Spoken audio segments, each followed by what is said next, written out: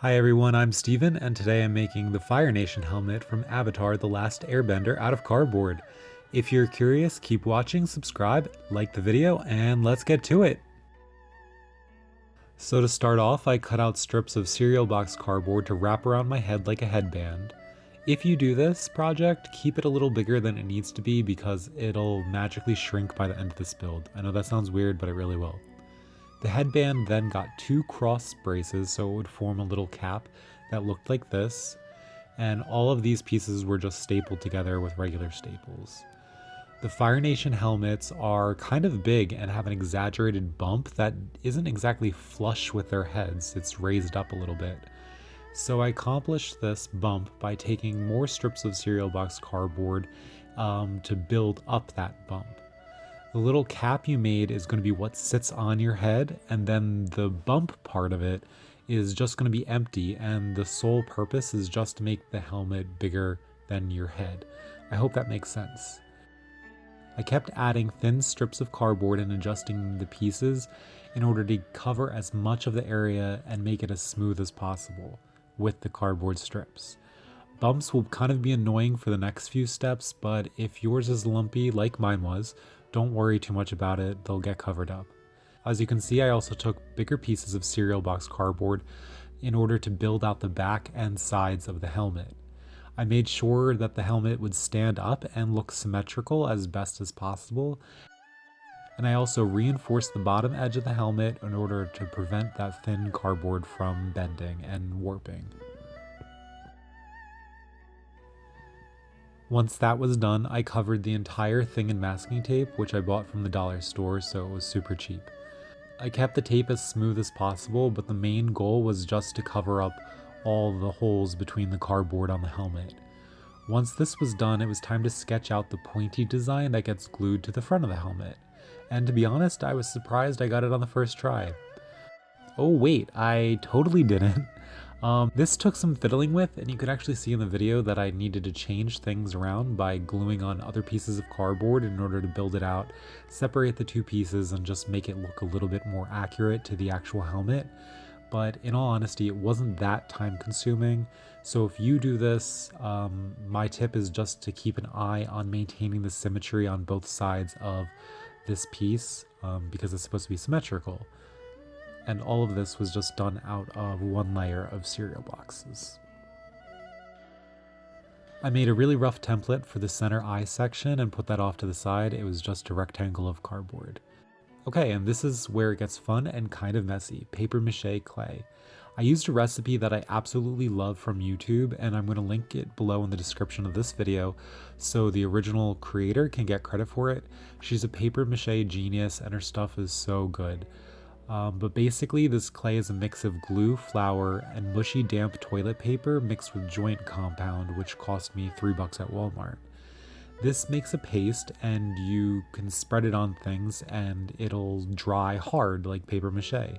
So I spread it all over the helmet, trying my best to keep it as smooth as possible, and to keep it smooth I spread it on with a silicone spatula that I got from the dollar store.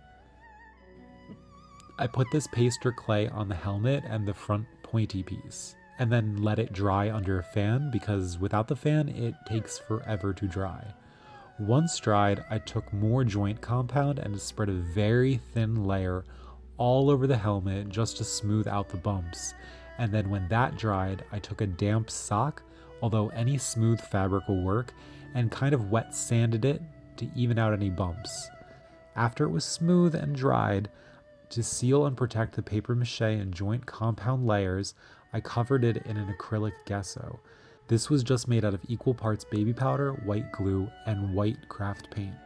I did 2 layers of this gesso and set it off to the side to dry, and as you can kind of see, it's pretty smooth looking now. While it dried, I started work on the eyes and then the cover for the mouth that looks kind of like a grill. I cut the eye circles out that I drew on earlier from this rectangle and kept taping and cutting pieces of cardboard to the bottom of it in order to make a template for the grill that goes over the mouth, just so the proportions would match. Once I got a shape that I liked, I traced it onto some more cereal box cardboard in order to make it one smooth piece. this piece was cut out and then folded in half so it would stick out and look three-dimensional and prevent the mask from looking flat, but also giving room for your nose and your mouth to fit. These two pieces got painted a very light gray, and I did 2 coats of that. That was just craft paint. The helmet was given 2 coats of black craft paint. That was gloss, so a gloss black craft paint. And the pointy front piece got 4 coats of red craft paint. The actual eyes of this are just the screen from the dollar store that I use all the time for things to cover up the eyes. I cut out a rectangle and painted both sides in black. However, for the eyes, I thought I took a video of this, but I must have accidentally deleted it. Cut out a little notch for your nose between the 2 circles, like between and under the circles, kind of like how glasses would fit on your nose. It gives your nose somewhere to sit so you aren't squished.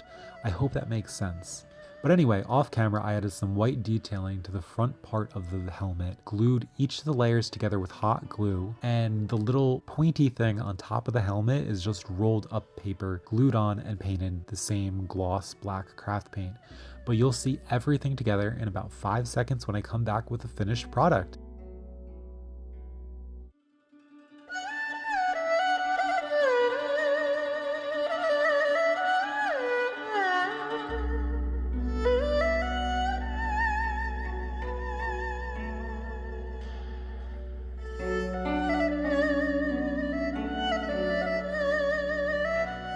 So there you have it, a Fire Nation helmet from the cartoon Avatar: The Last Airbender, completely made from cereal boxes, staples, tape, glue, and other household materials.